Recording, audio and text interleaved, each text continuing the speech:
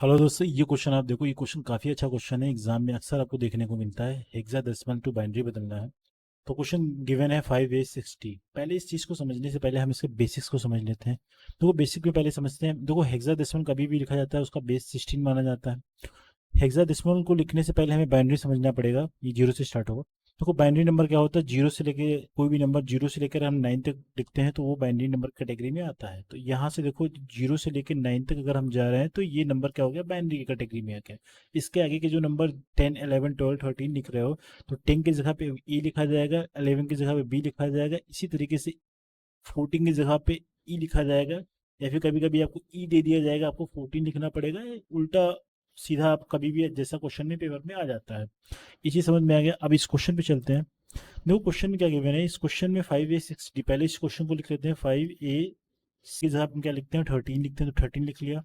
6 को as it is लिख लिया। ए की जगह पे हमने बताया था स्टार्टिंग करते हैं तो 10 ले लेते हैं, और 5 का मतलब 5 भी होता है। ठीक है। तो अभी मैंने आपको बताया कि कभी भी हेक्साडेसिमल को लिखने के लिए उसका बेस 16 होता है, तो 16 लिख लिया। यहाँ पे भी 16 लिख लिया।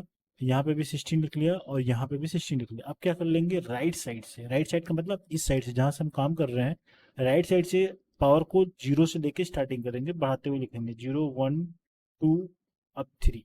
ठीक।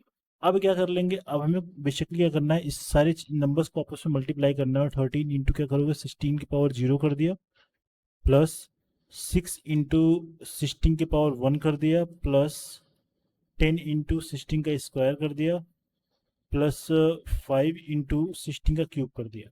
ठीक है। ये चीज़ है। इसको प्लस कर दिया। अब इसको सॉल्व कर लो, जो भी आएगा इसका यही आंसर हो जाएगा। 23149 is the answer for this question. So इस तरीके के क्वेश्चंस को ट्रिक और जानने के लिए चैनल को लाइक शेयर और सब्सक्राइब करें। थैंक